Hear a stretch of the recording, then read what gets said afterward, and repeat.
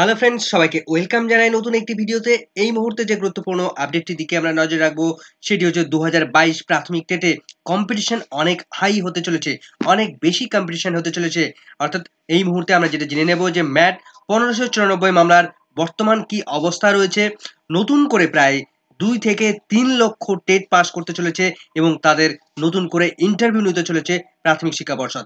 তো প্রাথমিকে 2024-এর যে নিয়োগ প্রক্রিয়া কন্ডাক্ট করবে প্রাথমিক শিক্ষা পর্ষদ, সেখানে কিন্তু একটা চরম পরিমাণে কম্পিটিশন হতে চলেছে। এই ভিডিওর মধ্যে দিয়ে আমরা ডিটেলসটা জেনে নেব। তো ভিডিও শুরু করার আগে বলে রাখবো বন্ধুরা, যারা চ্যানেলটিতে নতুন আছেন অবশ্যই একটু সাবস্ক্রাইব করে রাখার অনুরোধ রইল এবং ভিডিওটি ভালো লাগলে অবশ্যই একটু লাইক এবং কমেন্ট করে যাবেন। তো চলুন বন্ধুরা, ভিডিওটি শুরু করা যাক। প্রাথমিক শিক্ষা পর্ষদ 2024-এ যে প্রাইমারি রিক্রুটমেন্ট প্রসেস কন্ডাক্ট করতে চলেছে, সেখানে ম্যাট 1594 মামলার ব্যাপক প্রভাব পড়তে চলেছে। কি প্রভাব পড়তে চলেছে আমরা ডিটেলস জেনে নেব। প্রাথমিক টেট 2014-এর প্রশ্নভুল মামলা, যেটি কলকাতা হাইকোর্টে ম্যাট 1594 নামে পরিচিত, সেই মামলাটি বর্তমানে সুপ্রিম কোর্টে বিচারাধীন রয়েছে, যার ডায়েরি নাম্বার 43373 অফ 2023-এর, যার পিটিশনার রয়েছেন Dibyendu Kundu versus West Bengal board of primary education. মামলাটি সুপ্রিম কোর্টের কোর্ট নাম্বার 7-এ মাননীয় জাস্টিস এস বোপান্না এবং অন্যদিকে আরেকজন যিনি জাস্টিস রয়েছেন PS নরসিমার বেঞ্চে বিচারাধীন রয়েছে। সেই মামলাটি কলকাতা হাইকোর্টের সিঙ্গেল বেঞ্চ থেকে শুরু করে ডিভিশন বেঞ্চে সেখানে অর্ডার আছে। ডিভিশন বেঞ্চে সেখানে দেখা গেছিল যে 13ই এপ্রিল 2023 তারিখে তারা ফাইনাল অর্ডার দিয়েছিল যে প্রত্যেক ক্যান্ডিডেটকে, প্রত্যেক 2014 টেটে অংশগ্রহণকারী প্রত্যেক ক্যান্ডিডেটকে 6 নম্বর করে দিতে হবে। এই অর্ডার কলকাতা হাইকোর্টের ডিভিশন বেঞ্চ থেকে এসেছিল, যেটা বর্তমানে এখন সুপ্রিম কোর্টে বিচারাধীন। এই মামলায় 6টি প্রশ্ন ভুল নিয়ে মামলা হয়েছিল, সেটা নিয়ে দীর্ঘদিন জলঘোলা হয়েছে। এর আগেও অনেকগুলো মামলা হয়েছিল এই প্রশ্নভুল মামলা নিয়েই। সেই মামলাগুলোতে পিটিশনাররা বর্তমানে তারা জিতে গিয়ে বর্তমানে এখন তারা চাকরি করছে। অনেক ক্যান্ডিডেট 16,500 যে রিক্রুটমেন্ট হয়েছিল, সেই রিক্রুটমেন্টে প্রশ্নভুল মামলাকে কেন্দ্র করে তারা সেই প্যানেলের থেকে চাকরি পেয়েছে। তো এই মামলাটি বর্তমানে কতটা গুরুত্বপূর্ণ, বর্তমানে সুপ্রিম কোর্টে এর আপডেট কি আছে, এই প্রশ্নভুল মামলা থেকে কতজন আবার নতুন করে টেট পাস করতে পারে, সমস্ত বিষয়টা থাকবে এই ভিডিওর মধ্যে। তো ভিডিওটি কোনো রকম স্কিপ না করে শেষ পর্যন্ত দেখতে থাকুন। ম্যাট 1594 অর্থাৎ প্রশ্নভুলের এই মামলাটি বর্তমানে সুপ্রিম কোর্টে স্টে অবস্থায় রয়েছে। আগামী 27শে জানুয়ারি 2024 তারিখে এই ম্যাট 1594 মামলাটি লিস্টেড হয়েছে সুপ্রিম কোর্টে। আর মাত্র 5টা দিন পরেই কিন্তু এই মামলাটি সুপ্রিম কোর্টে উঠতে চলেছে। শুনানির দিন ধার্য হয়েছে আর 5 দিন পরেই, এবং সেই দিনই একটা ভালো কিন্তু জাজমেন্ট আসার সম্ভাবনা রয়েছে। সেই দিনই ফাইনাল আউটকাম, ফাইনাল জাজমেন্ট আসার একটা সম্ভাবনা কিন্তু তৈরি হচ্ছে। লাস্ট এই মামলাটি যেদিন শুনানি হয়েছিল প্রায় 4 মাস আগে, 6ই নভেম্বর 2023 তারিখে মামলাটি লিস্টেড হয়েছিল এবং সেদিন শুনানি হয়েছিল। তারপর প্রায় 4 মাস পরে মামলাটি আবার উঠতে চলেছে। তো এই দিনই কিন্তু একটা ভালো কিছু হবে, এটা আশা রাখা যেতেই পারে। এর আগে কলকাতা হাইকোর্টের ডিভিশন বেঞ্চ এই ম্যাট 1594 মামলায়, অর্থাৎ এই প্রশ্নভুল মামলায় 6 নম্বর দেওয়ার নির্দেশ দিয়েছিল। সেখানে প্রত্যেক ক্যান্ডিডেটকে 6 নম্বর দেওয়ার নির্দেশ দেন। দীর্ঘ তালবাহানার পরেও প্রাথমিক শিক্ষা পর্ষদ সেই নির্দেশকে কোনো রকম ভাবেই কার্যকর করেনি। ফলে বর্তমানে সুপ্রিম কোর্টে রয়েছে বিচারাধীন এই মামলাটি। তবে তার মধ্যে কয়েকজন টেট পাসকারী এই মামলাটিকে চ্যালেঞ্জ জানিয়ে সুপ্রিম কোর্টে তারা মামলা করে। সেই সঙ্গে প্রাথমিক শিক্ষা পর্ষদও তাদের সঙ্গে সুপ্রিম কোর্টে যায়। মামলাটি ফেব্রুয়ারির ফার্স্ট উইকে লিস্টেড হলেও শুনানি সেদিন কিন্তু বিশেষভাবে কিছু হয়নি। বর্তমানে 27শে ফেব্রুয়ারি মামলাটি লিস্টেড হয়েছে, ওই দিন বিস্তারিত শুনানি হবে। এই প্রশ্নভুলকে চ্যালেঞ্জ করে অনেক ক্যান্ডিডেট কিন্তু বর্তমানে চাকরি পেয়েছে। পরবর্তীতে একদল কিছু টেট পাস, কিছু টেট ক্যান্ডিডেট, টেট পাস নয়, 2014-র যে টেট ক্যান্ডিডেট ছিল তারা এই মামলাটি করেছিল। তো এখন প্রশ্ন হচ্ছে যে এই ম্যাট 1594 যে এই মামলাটি, এই প্রশ্নভুল মামলা, তার ভবিষ্যৎ কি, কোন দিকে এগোতে চলেছে এই ম্যাট 1594 মামলাটি। দেখুন, কলকাতা হাইকোর্টের সিঙ্গেল বেঞ্চ থেকে শুরু করে ডিভিশন বেঞ্চ একই অর্ডারে আসে সেখানে যে সকল প্রার্থীকেই 6 নম্বর দিতে হবে। 2014 যে টেট, সেই টেটে অংশগ্রহণকারী সকল প্রার্থীকে 6 নম্বর করে দিতে হবে। এখানে বেশ কিছু প্রার্থী তারা প্রশ্নচিহ্ন তোলে যে প্রাথমিক শিক্ষা পর্ষদের হাতে তাদের অরিজিনাল ওএমআর শিট নেই, তারা সিটগুলোকে পুড়িয়ে ফেলেছে, তাহলে কিসের উপর বেস করে তারা এই 6 নম্বর দেবে, সেটা নিয়ে কিন্তু প্রশ্নচিহ্ন তুলেছে। এখন সুপ্রিম কোর্ট যদি সিঙ্গেল বেঞ্চ ও ডিভিশন বেঞ্চের মতো প্রত্যেক ক্যান্ডিডেটকেই 6 নম্বর দেওয়ার অর্ডার দেয়, তাহলে প্রচুর সংখ্যক টেট প্রার্থী কিন্তু তারা টেট পাস করে যাবে। যদিও কতজন 2014-র এই টেটে বসেছিল তা কিন্তু পরিষ্কার নয়, পর্ষদ তেমন ভাবে কিছু জানায়নি।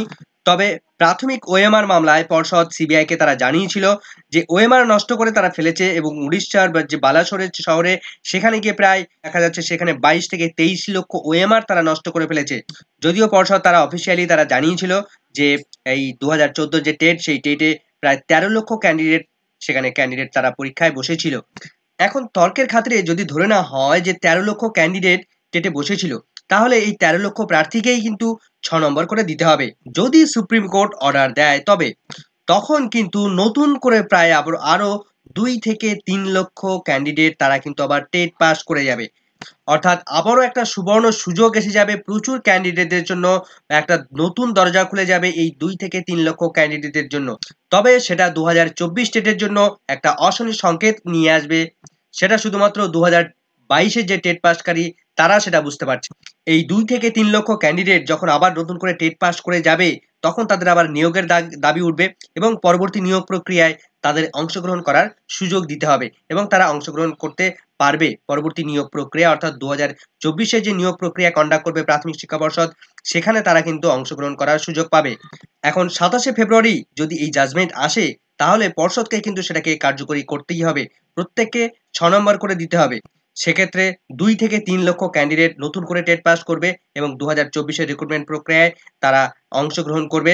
ফলে খুব সহজেই কিন্তু অনুমান করা যাচ্ছে যে 2024-এর যে রিক্রুটমেন্ট প্রসেস, সেই প্রসেসে কম্পিটিশনটা কি লেভেলে পৌঁছাতে চলেছে, বাস্তবটা তখন কিন্তু খুব কঠিন হয়ে দাঁড়াবে 2022 টেট পাসকারীদের।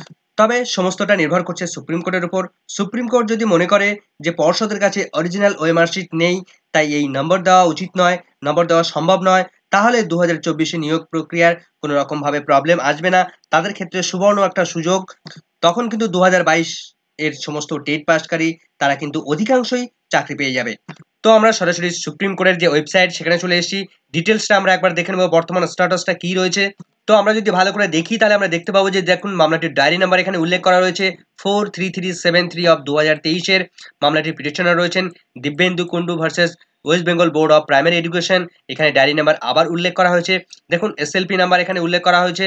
দেখুন প্রেজেন্ট এবং লাস্ট লিস্টেড হয়েছিল 6 নভেম্বর 2023 তারিখে লাস্ট মামলাটির শুনানি হয়েছিল। প্রায় 4 মাস পরে আবার মামলাটি উঠতে চলেছে মাননীয় বিচারপতি এএস বোপান্না এবং অন্যদিকে মাননীয় বিচারপতি পিএস নরসিমার বেঞ্চে। তো মামলাটি লিস্টেড হয়েছে দেখুন tentative case may be listed on কত তারিখে 27শে ফেব্রুয়ারি 2024 তারিখে। কম্পিউটার জেনারেটেড একটি ডেট 27শে ফেব্রুয়ারি 2024 তারিখে মামলাটি কিন্তু পুনরায় উঠতে চলেছে সুপ্রিম কোর্টে। তো আমরা যদি একটু নিচের দিকে আসি তাহলে আমরা দেখতে পাবো যে লাস্ট যেদিন অর্ডার হয়েছিল 6 নভেম্বর 2023 তারিখে, সেখানে কি অর্ডার এসেছিল, সেখানে কি স্থগিতাদেশ দিয়েছিল? আগের যে জাজমেন্ট কলকাতা হাইকোর্ট যে জাজমেন্ট দিয়েছিল সেই জাজমেন্টে কি স্থগিতাদেশ দিয়েছিল? অ্যাকচুয়ালি কি সেখানে অর্ডার ছিল সেখানে আমরা একবার দেখে নেব সেই অর্ডার কপির মধ্যে কি কি তারা উল্লেখ করেছিলেন। তো লাস্ট যেদিন শুনানি হয় দেখুন এখানে ডেটটা মেনশন করা আছে 6 নভেম্বর 2023 তারিখে। মামলাটির কোর্ট নাম্বার 7 সেখানে মামলাটির শুনানি হয়েছিল Dibyendu Kundu versus West Bengal board of primary education. এখানে দুজন জাস্টিসের নাম রয়েছে এস বোপান্না এবং স্যার নরসিমা রায়। তার যে বেঞ্চ সেই বেঞ্চে সেখানে শুনানি হয়েছে এবং আমরা মূল যে অর্ডার যে এখানে লেখা হয়েছে সেই জায়গাটায় চলে যাব। তো খুব অল্প কথা এখানে কিন্তু লেখা হয়েছিল অর্ডারটি। অর্ডারে যেটা মূল বক্তব্য যেটা বলা হচ্ছিল যে এখানে কতগুলো নোটিশ পাঠানোর কথা বলা হয়েছে।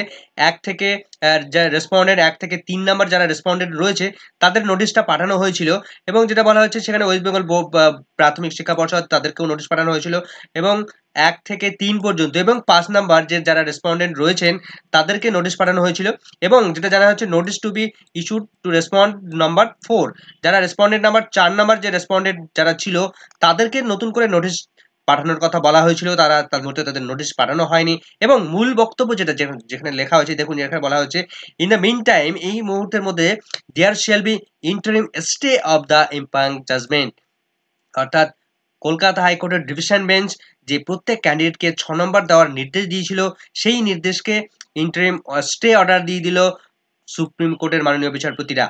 অর্থাৎ প্রত্যেক ক্যান্ডিডেটকে 6 নম্বর দেওয়ার অর্ডারটাকে কার্যকরী করতে হচ্ছিল না, তবে এই আবার 27শে ফেব্রুয়ারি মামলাটি সুপ্রিম কোর্টে উঠছে। সেদিন দেখা যাক বিস্তারিত কি শুনানি হয়। আগামী 27শে ফেব্রুয়ারি যা অর্ডার দেবে সুপ্রিম কোর্ট সেদিকে সবার দিকে নজরে থাকবে, সেটাকে সবাইকে মেনে নিতে হবে, কেননা এরপর আর কোথাও যাওয়ার জায়গা নেই। আমরা অলরেডি কলকাতা হাইকোর্টের ডিভিশন বেঞ্চ, সিঙ্গেল বেঞ্চ সমস্ত কিছু পার করে এসেছি।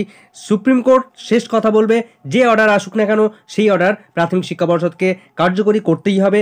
সেই অর্ডার মেনে কিন্তু প্রাথমিক শিক্ষা পর্ষদ তারা এগিয়ে যাবে। এবং বিস্তারিত আপডেট কি অর্ডার দেন সমস্ত সেদিকে আমাদের নজর থাকবে পরবর্তী আপডেটের দিকে। তো ভিডিওটি ভালো লাগলে অবশ্যই একটু লাইক এবং কমেন্ট করে যাবেন। চ্যানেলটিতে নতুন হলে অবশ্যই একটু সাবস্ক্রাইব করে রাখার অনুরোধ রইল। সকলকে ধন্যবাদ।